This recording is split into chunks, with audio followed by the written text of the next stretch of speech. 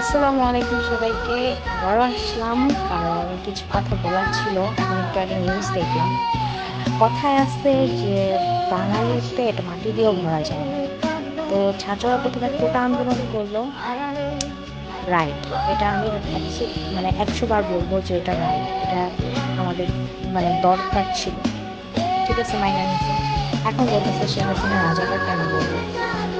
এটাও আমি বলবো ঠিকই আছে, ওনার মাপ চাওয়া উচিত ছিল। আর ওবায়দুল কাদেরের কথা যেটা বললাম, ওনারে তো মানে কবরেই দিয়ে আসা উচিত ছিল। আর আমি বলবো এখনও সময় আছে, পারলে দিয়ে আসো। আর এখন দেখেন, শেখ হাসিনা পদত্যাগ করে দিছে, এখনও ছাত্রদের মনই ভরে নাই। এখন ওরা ওদের মন মতো মানে প্রধানমন্ত্রী বানাবে, ওদের যাতে ওরা নিজের মন মতো চলতে পারে। এটা কি হয়? এটা কখনো হবে? এগুলো করতে করতে আবারও একটা যুদ্ধ লাগবে। আসলে কি শান্তি আসবে না দেশে? আর কি শান্তি পাবো না? সেই আগের দিনগুলো কি আমরা আর পাবো না? এই এত রক্ত, এত কিছু দেখতে হবে?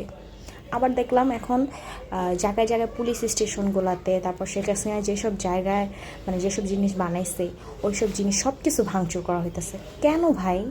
কেন এগুলো ভাঙচুর করতেছো? শেখ হাসিনা এগুলো বানাই দিয়ে গেছে, এগুলো ব্যবহার করো।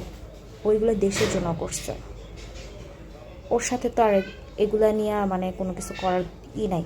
এগুলো আমাদের জন্য বানাইছে, আমরা কেন আমাদের জিনিস ভাঙবো? এগুলো কি ওর টাকা দিয়ে করছে? এগুলো আমাদের টাকা দিয়ে করছে, আমরা আমাদের জিনিসই নষ্ট করে ফেলতেছি। আসলে কি এগুলো ঠিক?